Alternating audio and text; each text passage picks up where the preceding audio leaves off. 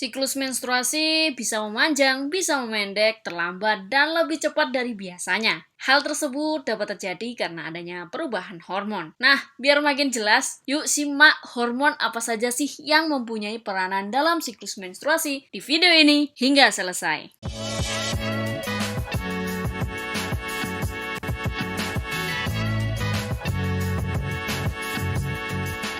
Hormon-hormon yang mempengaruhi menstruasi itu ada apa aja sih? Ada yang pertama yaitu hormon estrogen. Hormon ini fungsinya untuk menebalkan lapisan rahim dan membuat sel telur menjadi matang untuk dibuahi. Jika tidak terjadi pembuahan, hormon estrogen ini akan kembali normal dan menurun sehingga disitulah terjadi proses menstruasi. Bukan hanya berperan dan mengendalikan siklus menstruasi, hormon ini juga berpengaruh terhadap perubahan fisik manusia saat sudah memasuki masa pubertas, seperti membesarnya payudara dan tumbuh rambut di kemaluan. Nah, kemudian yang kedua adalah hormon progesteron. Kita pasti udah familiar kan dengan hormon ini. Hormon progesteron ini bekerja sama dengan hormon estrogen untuk menebalkan lapisan rahim. Hormon ini juga berperan untuk meningkatkan libido wanita yang biasanya akan semakin tinggi sebelum masa ovulasi. Nah, kemudian dua hormon selanjutnya adalah hormon FSH dan LH. FSH itu kepanjangan dari Follicle Stimulating Hormone. Hormon LH adalah luteinizing hormone. Kedua hormon ini berasal dan diproduksi oleh bagian kecil pusat otak atau yang biasa disebut hipotalamus. Nah, fungsi mereka ini adalah untuk mengendalikan tubuh. FSH dan LH berfungsi untuk membuat siklus menstruasi lancar setiap bulannya, sehingga FSH akan merangsang tubuh untuk memproduksi hormon estrogen dan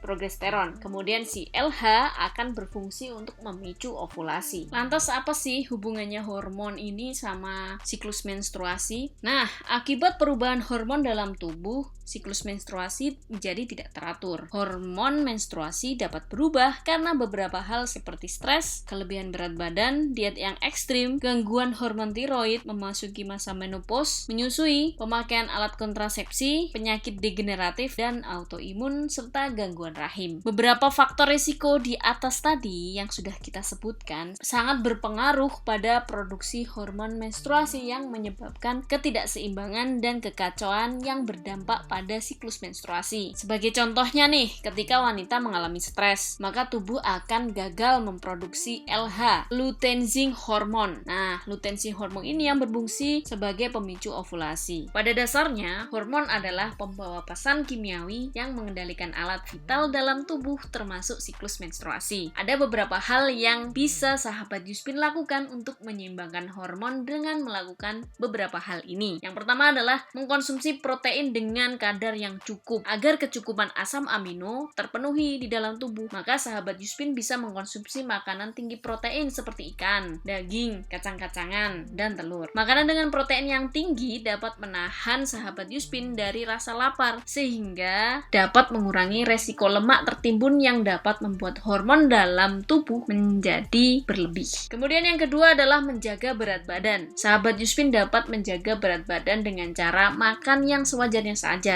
Tidak terlalu banyak atau tidak terlalu sedikit. Makan yang terlalu sedikit meningkatkan produksi hormon kortisol atau hormon stres. Sedangkan makan yang terlalu banyak meningkatkan hormon insulin yang dapat menyebabkan obesitas. Kedua hormon ini dapat mengganggu siklus menstruasi. Nah, kemudian yang ketiga adalah harus bisa mengelola stres. Sahabat Yuspin bisa melakukan hobi atau kegiatan positif untuk menghilangkan stres. Karena hormon stres dalam tubuh dapat mengganggu siklus menstruasi. Jadi, lakukanlah hal-hal yang positif yang dapat membuat sahabat Yuspin happy ya. Kemudian istirahat yang cukup. Kualitas tidur mempengaruhi kerja dan keseimbangan hormon loh. Karena itu, pastikan sahabat Yuspin memiliki istirahat yang cukup dan berkualitas. Pastikan cukup tidur 8 jam seharinya. Nah, itulah penjelasan mengenai pengaruh hormon pada siklus menstruasi yang perlu sahabat Yuspin ketahui. Semoga apa yang kami sampaikan bisa bermanfaat ya untuk sahabat Yuspin di rumah. Terima kasih sudah menonton video ini hingga selesai. Sampai jumpa di video-video selanjutnya. Salam sehat!